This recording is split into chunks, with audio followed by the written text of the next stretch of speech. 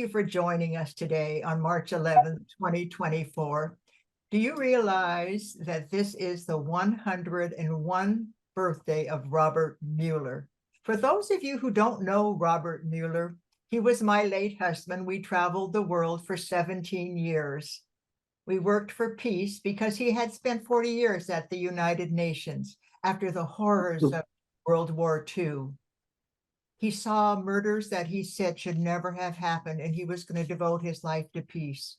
And he won an essay contest, which allowed him from the United Nations of Strasbourg to join the only peacekeeping force, the United Nations. And when he did, he began work that allowed him to help people around the world understand that peace is possible. Well, my good fortune was in 1994 to find him in La Casa de Maria.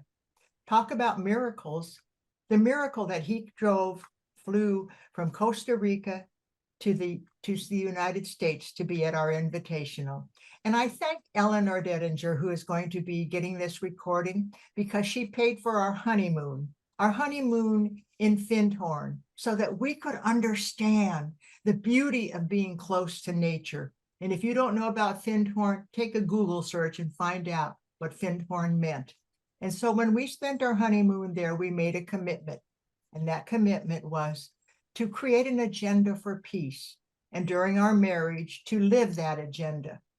So I'm going to welcome someone who knew my dear husband, Robert Muller, very, very well. In fact, he is an ambassador from Canada. He and Robert wrote the book, Safe Passage into the 21st Century. They didn't just write the book. Douglas spent 2 weeks in Costa Rica, and together they composed what they thought would be our way to make the world work for all. Douglas is also a former senator, as I said. He's a parliamentarian, a diplomat, and a fabulous author. Douglas wrote R-O-C-H-E. Look him up on Google and just look at the array of books this man has composed and written. He's one of my favorite people because he knows that peace is possible. And with that, Senator Douglas Roach, would you tell us a little bit about what it was like to be with Robert? Douglas, 1 minute, you're muted.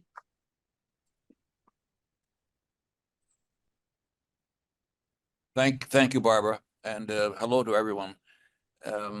Yes, it's a great pleasure, Stephen, to recall all the time I was fortunate enough to spend with Robert Muller, and I think that we have a special occasion to talk about Robert today, 101st birthday, which is a wonderful thing. We wish Robert a happy birthday. But also, Robert was a peacemaker par excellence. And it was last night at the Oscars ceremony, the Academy Award, where the Irish actor, Cillian Murphy, upon receiving the Oscar for Best Actor last year in the film Oppenheimer, he played Robert J. Oppenheimer, said in his acceptance address that he was dedicating it to all the peacemakers in the world. And this was a great statement, a wonderful statement by the actor to make in front of a world audience. So I think that we should pass on this citation as a peacemaker to Robert, and in our remembering him today on his 101st birthday. So there's a double reason for us to celebrate. I would just want to exercise here a note of caution, that we not go too far in celebrating the designation of that the actor Cillian Murphy gave to peacemakers out of the Oppenheimer film, because we have to ask ourselves if the Oppenheimer film is actually a peace film. And there's some controversy about that. Oppenheimer was the father of the atomic bomb. He had the scientific mind that created the processes by which the atomic bomb was discovered and, of course, used. And in the film, we see Oppenheimer struggling with the results of his own invention, he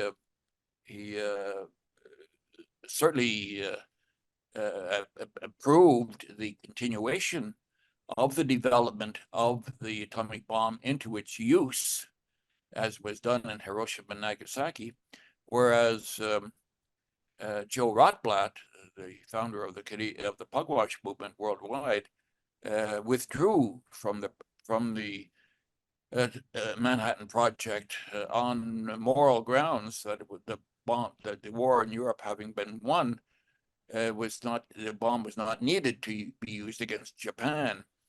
And it was precisely because the government of the United States argued at the time that the bomb was needed to forestall the need for an American invasion of Japan.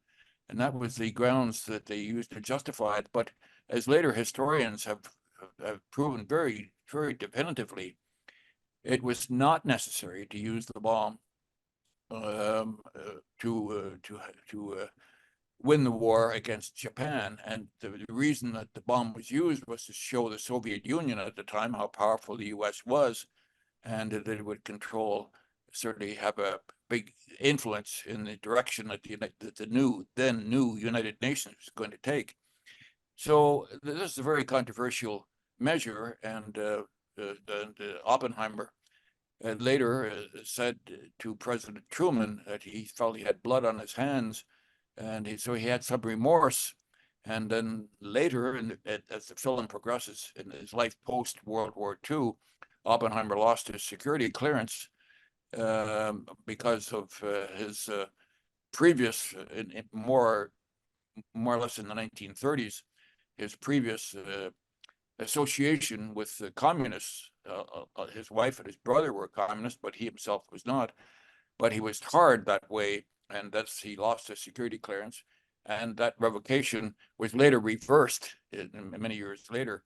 So the name of Oppenheimer was eventually cleared. But all this has some meaning for us today when we consider the life of Robert Muller. Robert Muller was a true peacemaker.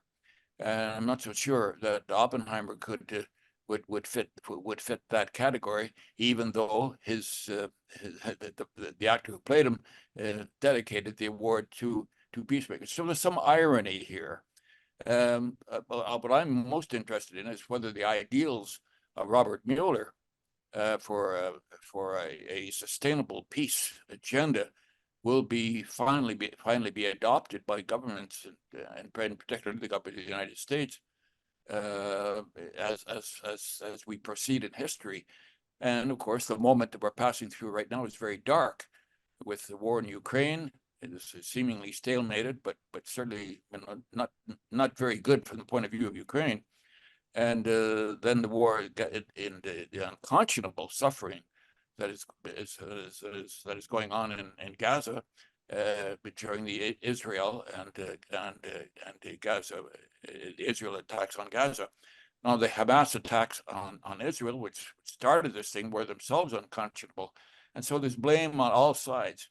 But what Robert Muller would say is to cease the fighting and find a way out of the quarrels and the problems by having a fairness and arbitration and the processes of international law. That is what Robert Muller stood for. And so as we look at and suffer today through the political obfuscations and the misleading of people and all of that goes on in the propaganda of the fog of war machines, we ought to take renewed inspiration from Robert Muller, and his birthday today certainly gives us an occasion, but take renewed inspiration for here is a man of the United Nations who saw the whole peace spectrum, from whether you're looking at it from the point of view of arms control and disarmament, economic and social development, environmental protection, the implementation of human rights, this very wide agenda that the United Nations that promulgates in the cause of peace. So Robert Muller was a peacemaker, without doubt, a supreme peacemaker, and he suffered in his own life, in his early life, that brought him to brought him to the high level of authority that he had when in his career, and his work lives on after us. So the designation or the referral last night at the Oscars to the Peacemakers maybe can give us some cheer, but also some caution at the same time. Thank you. Douglas Roach, you have now told us why we honor Robert Muller, because he believed that we did not have to have wars in order to create peace on the planet. And it's so important that you mentioned that there are alternatives to the ways that we create war on this planet. And there are ways that we can settle them. What really enthusiastically got me going after listening to Mr. Murphy last night was 20 million people heard him say his first Oscar is dedicated to peacemakers everywhere. And I put you at the head of the line, my dear Douglas Roach and Joanne DeFore and Kate, Kat, and Bob and Mike and Nancy, all of you, I put you at the head of the line. David Newman, all of you. And when I look at you, I think we do have the possibility of safe passage into this next century, but it's up to us. Robert wrote something that I'm going to read to you. He wrote, dream, dream, dream, love, love, love, love your dreams. And then he added, work, work, work, work for your dreams, and you will find heaven on earth. Work for your dreams is what he did. He worked from 4:30 in the morning until 6:30 every single day of our marriage until toward the end when he was too weak to work from 4:30 to 6:30. But that's where his 7,500 ideas and dreams for a better world took place. He would get up in the morning, but not come out and see me. He would lie in his bed and he would write ideas that this world needed so vividly to allow their body to change from a war zone into a peace zone. That's our job, to bring peace to wherever we are.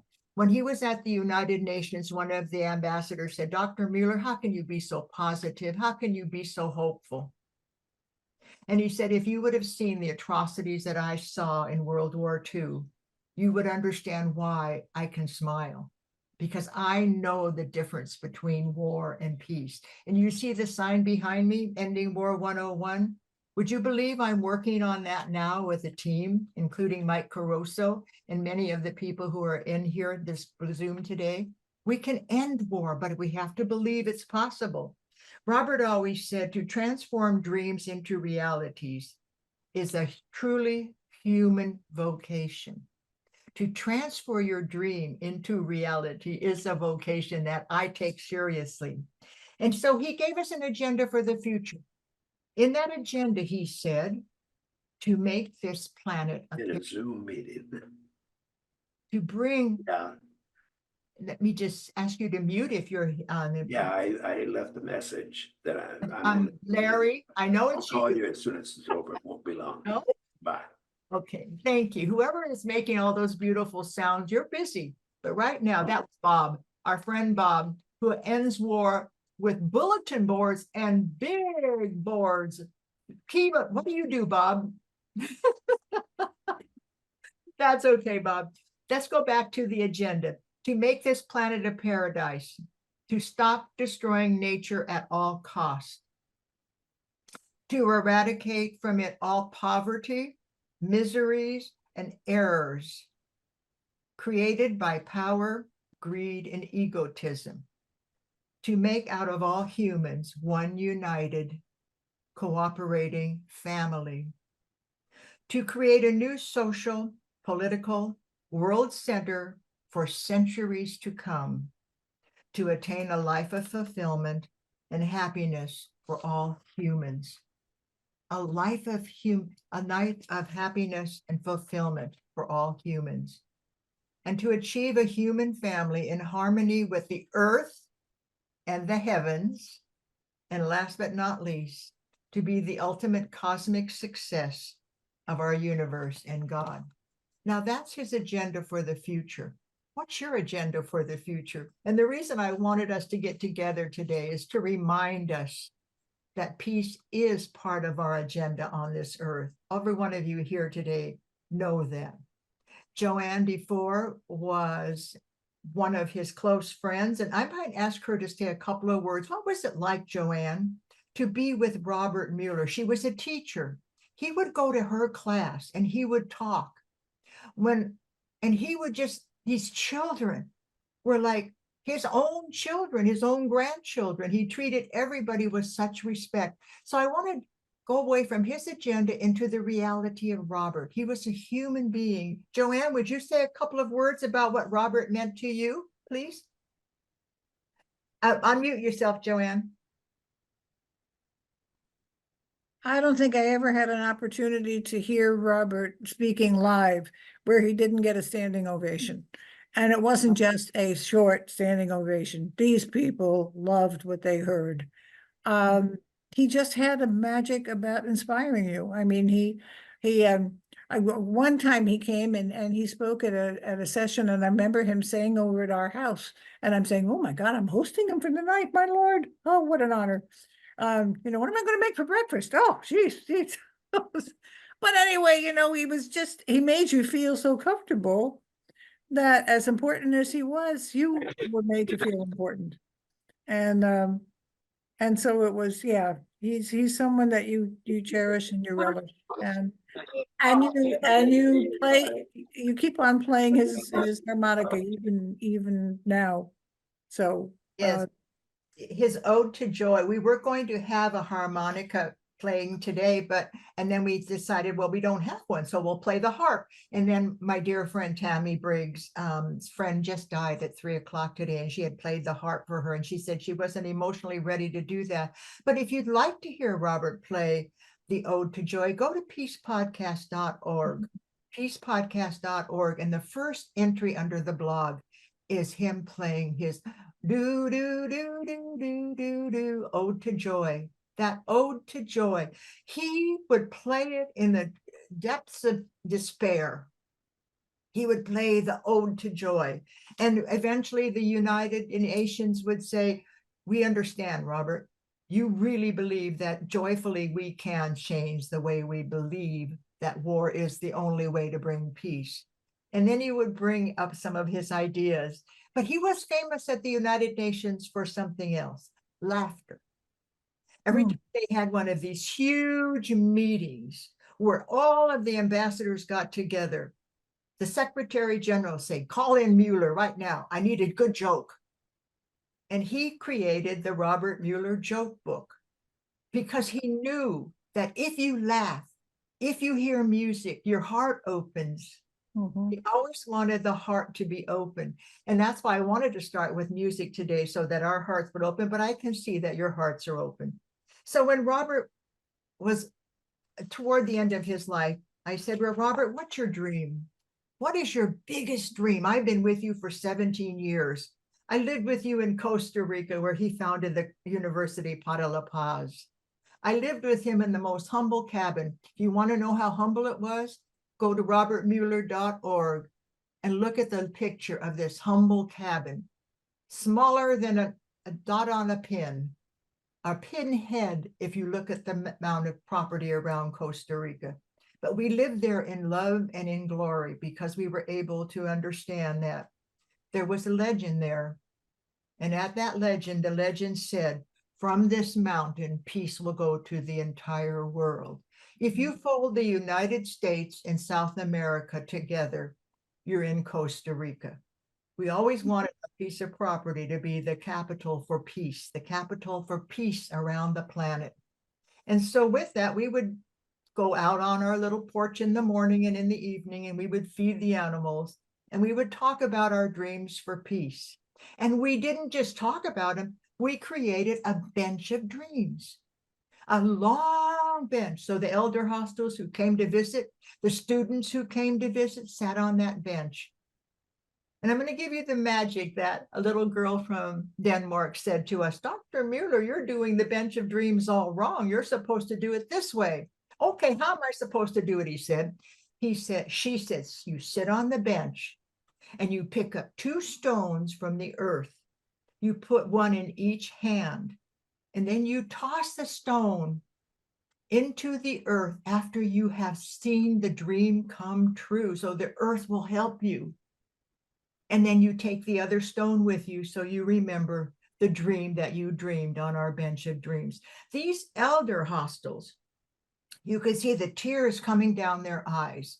They forgot their dreams. They forgot that they were in charge of their lives, that they could do something to bring peace. It was like magic. And is it like magic when you can live your life, your destiny, your dreams? Well, I'll never forget sitting in the delegates lounge at the United Nations, and in comes the ambassador from Costa Rica. And she's all happy. Oh, to see you, Dr. Muller. I want to show you what I have in my purse. And he said, what do you have in your purse? And she opens up her purse and pulls out this little tiny rock. Do you remember when I came on your property and I made my dream for peace? This is the rock that I carry to every meeting at the United Nations. Whoa. I want peace on the planet. And that's why I thank you for being in my life. You know, sometimes I get so emotional because of things that Robert did. And I think, well, how can I possibly be like Robert Muller? And then my son said to me, Mom, just show up. Just show up. Show up with who you are and keep Robert's dreams alive. And I'm looking here at Michael.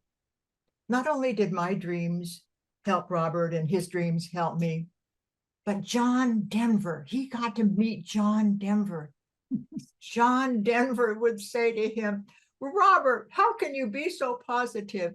And I have sent out some of the songs that John Denver created around peace. And if you haven't heard some of these songs, just go to Google and do John Denver and go to peace. There's so many stories. This man, he would show up.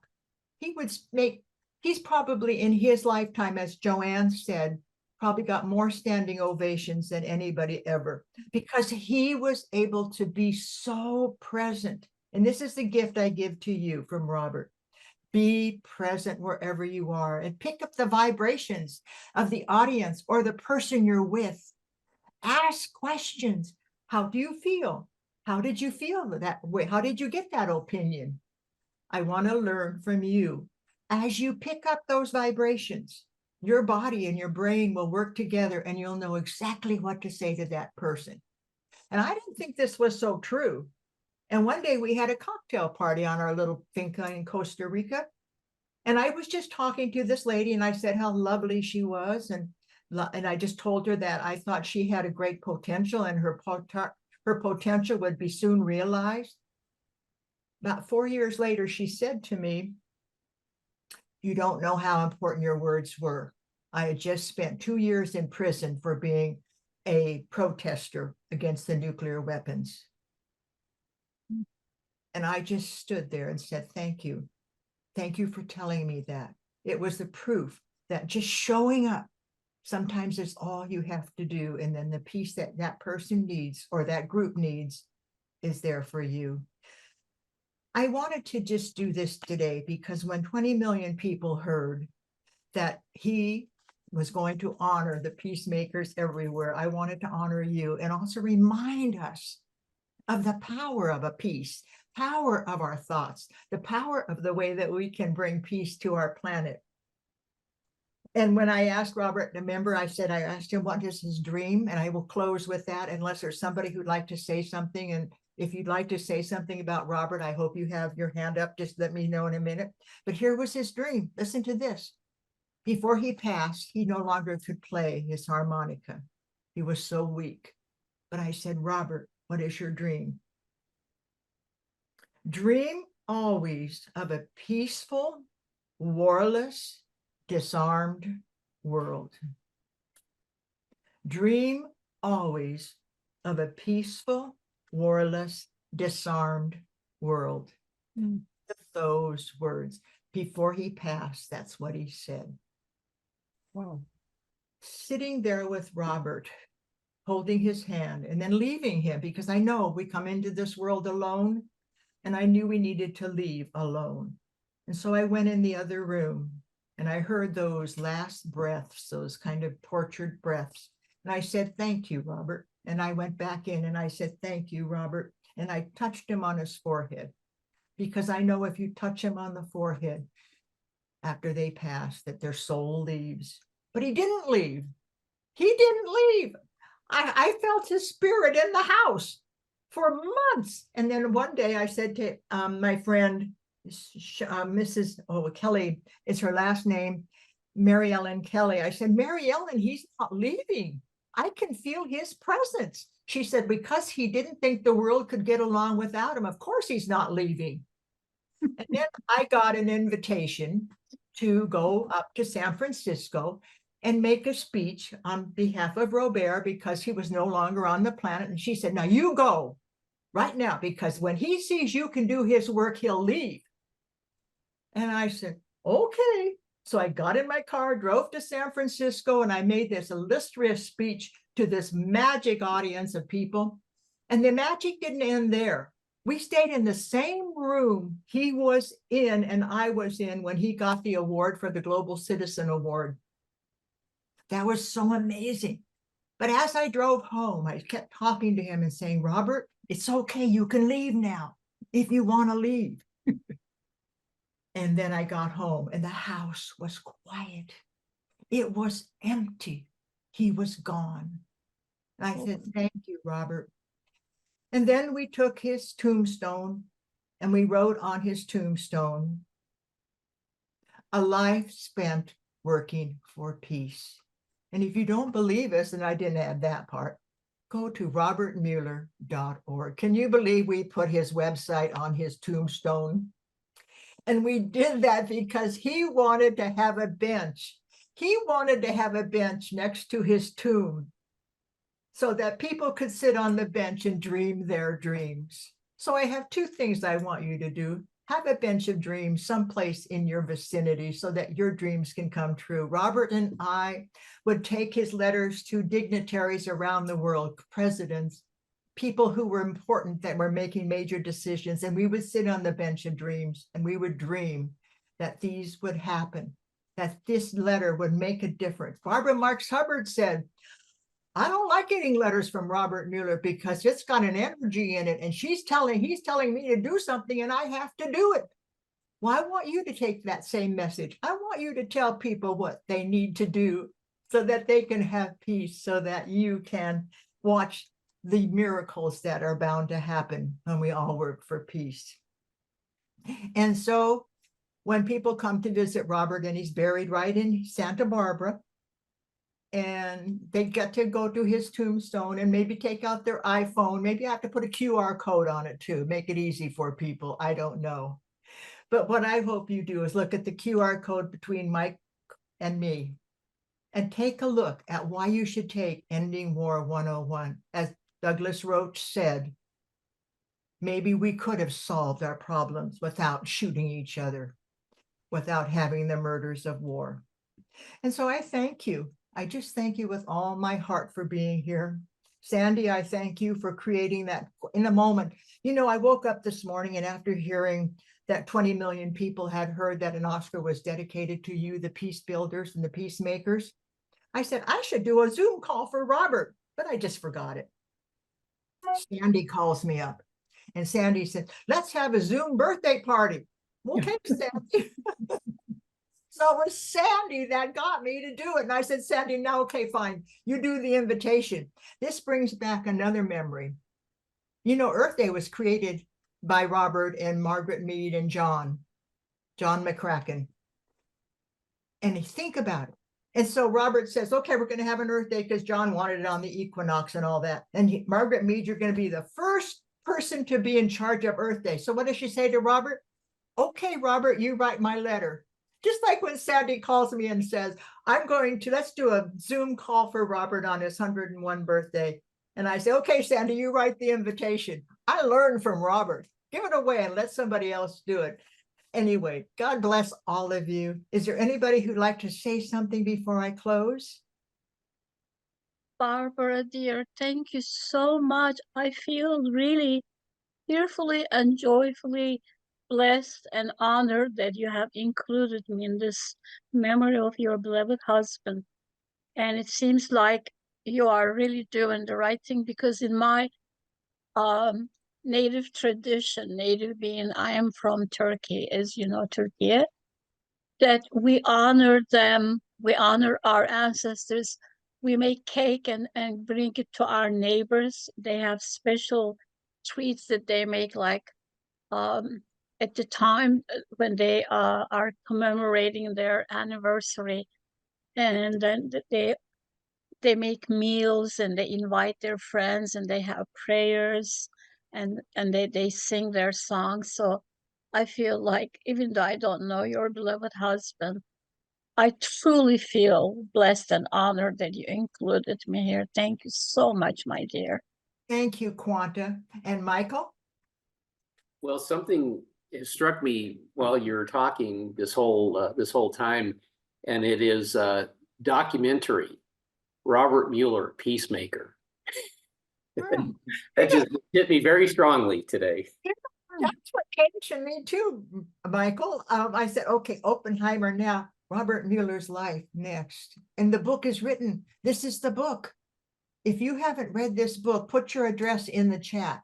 I will send it to you. We took 12 months to read every single chapter. Every chapter's on the blog. Douglas Roach did chapter number 1, and allowed us to hear what it was like to be with Robert Mueller. After you read the chapter, you go to the blog, and there you have somebody talking about what that chapter actually meant. So, well, Prophet the Hat Maker's Son was written by Douglas Gillies, and he said, I wrote it like a screenplay. And I said, it reads like a screenplay. It's like a murder mystery. You want to know what's going to happen next. That's how it is. So if you're interested and you haven't gotten the book, just put your name and address and phone or whatever you want in the chat, and I'll send it to you. And then we'll get these people. We'll do this again. Bob McKinney. Thanks. Oh my gosh. I'm so grateful that you included me in the list of people to be asked to this wonderful event. You know, and what's standing out for me is you're talking about a person who is your husband, who was intentional.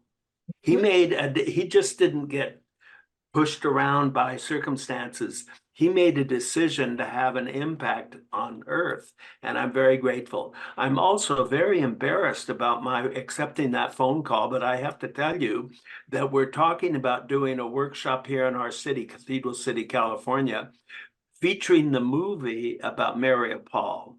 And I have not been able to get with my partner so we could go on with our plans. But I'm so embarrassed. I thought I was muted. Well, don't you worry about it, Bob. It was lovely to hear your conversation. I can just hear my mother saying, "Oh, Robert, you talk too much." Anyway, I don't think thanks. anybody noticed. It was lovely. But you know, it's interesting because I feel like I'm on this path. The 9th was International Women's Day. I heard with Joyce Wyckoff, my dear friend, 5 fabulous women who are taking care of refugees, doing things that nobody else is doing. And we got to go and hear them. Then we went to see the movie Carbini. Is that the name of it, Joyce? Joyce is going to tell you how to pronounce it. Cabrini. Cabrini, the movie Cabrini. And I told my friend who got on first, Tom, he's not on now, and he said, we have a statue to Cabrini on the mountain in Colorado. And if you haven't seen the movie Cabrini, take time and go and see this movie. Joyce and I were just sitting there thinking what one woman can do in 1989. Was it 1980? No, 1889. Right, Joyce? Right. Joyce, she'll correct me because she knows. I just repeat things that I read.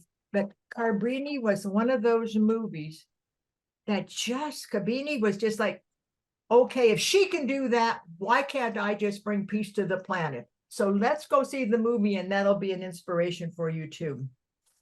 Again, it always seems impossible until it's done. And that's how Robert would speak to me. We would sit in bed sometime and just write ideas. and talk about what we could do to make this world better. But there was one thing we had in common. We truly loved each other. And that love overcame so many obstacles. And since his passing in 2010, I have learned to love in a new way. I love the world. I love all of you. And I tell people I love them. And my grandchildren help me understand what love is all about. So I have new loves in my life. But with Robert, it was so special. I got a card from my daughter who said, it's because of you that I believed in Santa Claus, in magic, and in myself. So with that, I end from something that my daughter sent me in a card. And I don't put that card away. She sent it to me in 2019, and I keep it on my desk because I believe in magic and hard work. And with that, thank you for joining us. Bless you, Robert Mueller, for giving us your example. Bless you, Douglas Roach, Senator Douglas Roach, for giving us your words. And thanks all of you for your wisdom. And this will be recorded so I can get it to Rosemary. God bless all of you. And thank you for joining us. And as Robert said, dream always of a peaceful, warless, disarmed world. Love you.